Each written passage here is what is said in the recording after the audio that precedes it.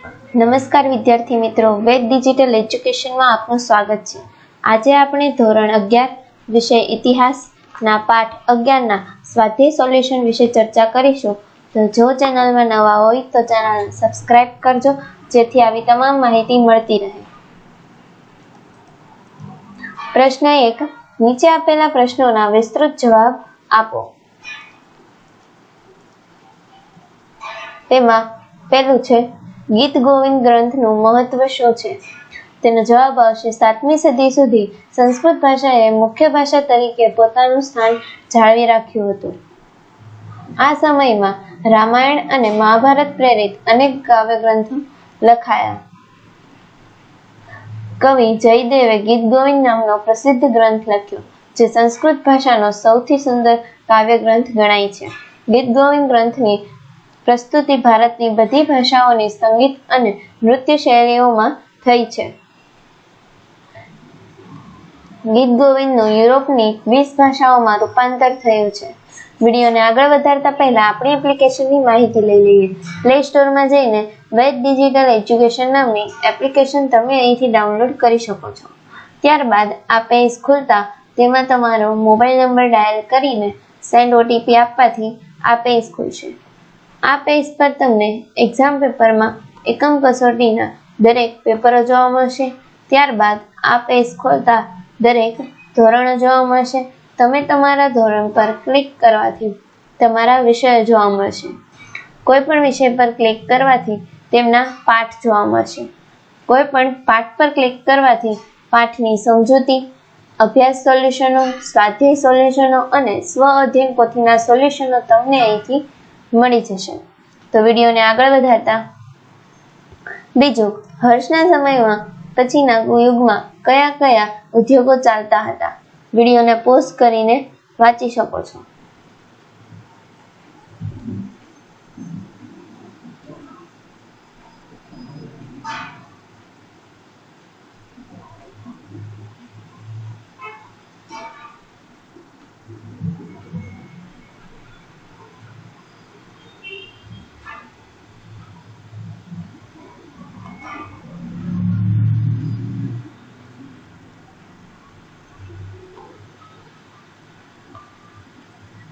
ત્રીજું, હર્ષવર્ધન પછીના ભારતીય સમાજની સામાજિક સ્થિતિનો ખ્યાલ આપો।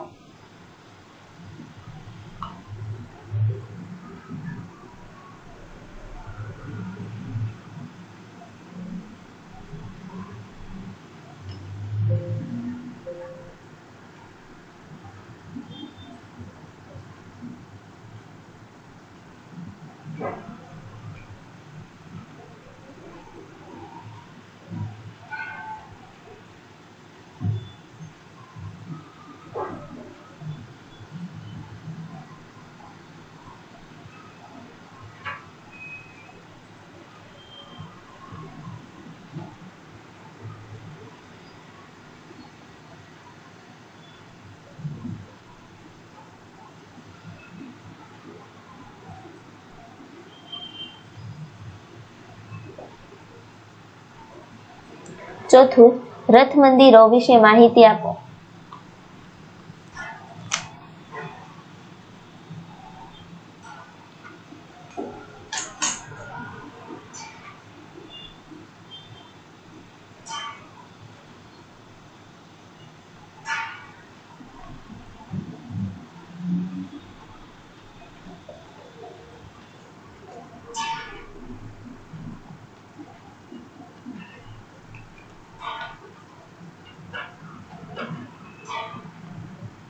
પાંચમું, અગ્નિ એશિયાના દેશોમાં ભારતીય સંસ્કૃતિના પ્રચાર વિશે સવિસ્તર માહિતી આપો।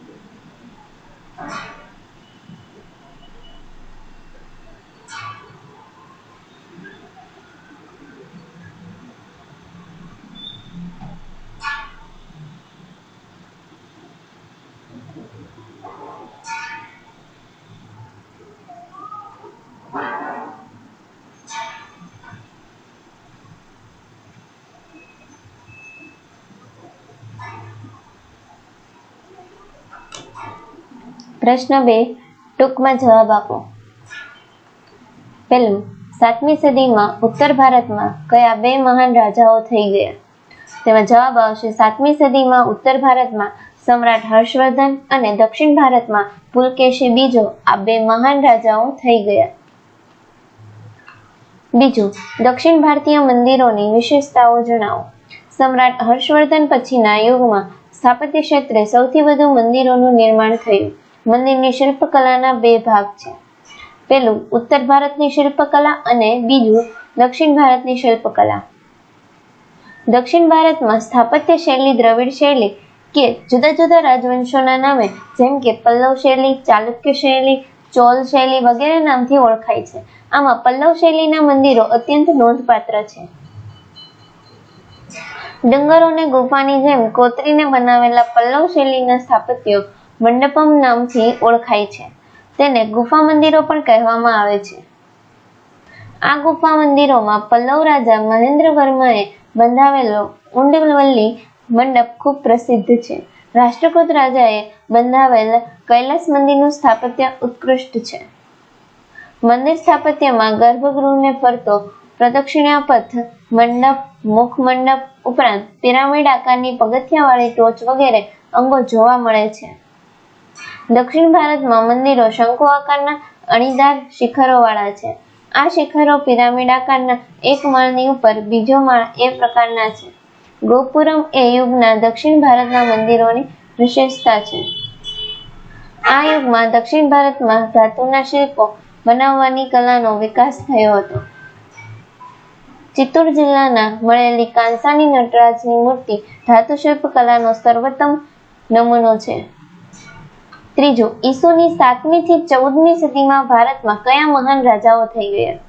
ઈસુની 7મી થી 12મી સુધીમાં ભારતમાં અનેક નાના મોટા સ્વતંત્ર રાજ્યોની સ્થાપના થઈ.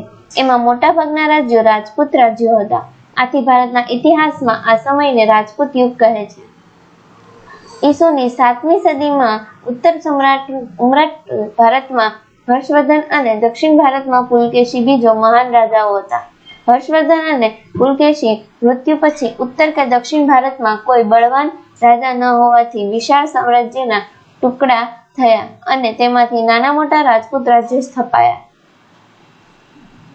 આ રાજપૂતો ટેકીલા, બહાદુર, સાહસિક અને લડાયક હતા. તેમના લોહીમાં શૌર્ય અને સ્વાપર્ણની ભાવના પણ હતી. તેઓ પોતાના વતન અને વચન માટે સર્વસ્વનો ભોગ આપવા તૈયાર રહેતા. તેઓ દેશ અને ધર્મ માટે યુદ્ધભૂમિમાં લડતા લડતા મૃત્યુ પામવામાં ગૌરવ અનુભવતા. તેઓ ગૌ બ્રાહ્મણ પ્રતિપાલક હતા. તેઓમાં મહિલા સન્માનની ભાવના ઉચ્ચ કક્ષાની હતી. યુદ્ધમાં પરાજયનો સામનો કરવાને બદલે કેસરિયા કરવામાં ગૌરવ અનુભવતા. રાજપૂતોએ ભારતીય સંસ્કૃતિના વારસાને સમૃદ્ધ બનાવ્યો હતો.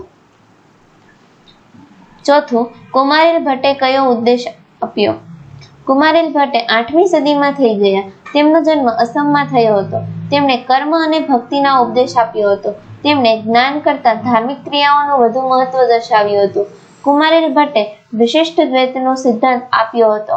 તેમણે યજ્ઞો અને કર્મકાંડ પ્રચલિત કર્યા હતા. પાંચમું, દેલવાડાના દેરા ક્યાં આવેલા છે? તે કોણે બંધાવ્યા હતા? દેલવાડાના દેરા માઉન્ટ આબુ ખાતે દેલવાડામાં આવેલા છે. તે ગુજરાતમાં સોલંકી યુગમાં બનાવવામાં આવ્યા છે. દેલવાડાના જૈન દેરા આરસ પહાડમાંથી બનાવવામાં આવેલા શ્રેષ્ઠ સ્થાપત્યો છે. તેના ઘુમ્મટમાં કોતરેલી કલાકૃતિઓ વિશ્વની બેનમૂન કલાકૃતિઓ છે. 12મી સદીમાં વસ્તુપાળ અને તેજપાળ નામના વણિક પ્રધાનોએ આ મંદિર બંધાવ્યા હતા. પ્રશ્ન 3, આપેલા વિકલ્પોમાંથી સાચો વિકલ્પ જણાવી ઉત્તર આપો. પહેલું, હર્ષના મૃત્યુ પછી તરત જ કયો ચીની પ્રવાસી ભારત યાત્રાએ આવ્યો હતો? તેમાં જવાબ આવશે એ ઇત્સિંગ. બીજું, લીલાવતી અને બીજગણિત ગ્રંથો કયા ગણિતશાસ્ત્રીએ લખ્યા હતા? તો જવાબ આવશે સી, ભાસ્કરાચાર્ય. ત્રીજું, ઇલોરાની ગુફામાં કયું મંદિર આવેલું છે? જવાબ આવશે બી, કૈલાસ મંદિર.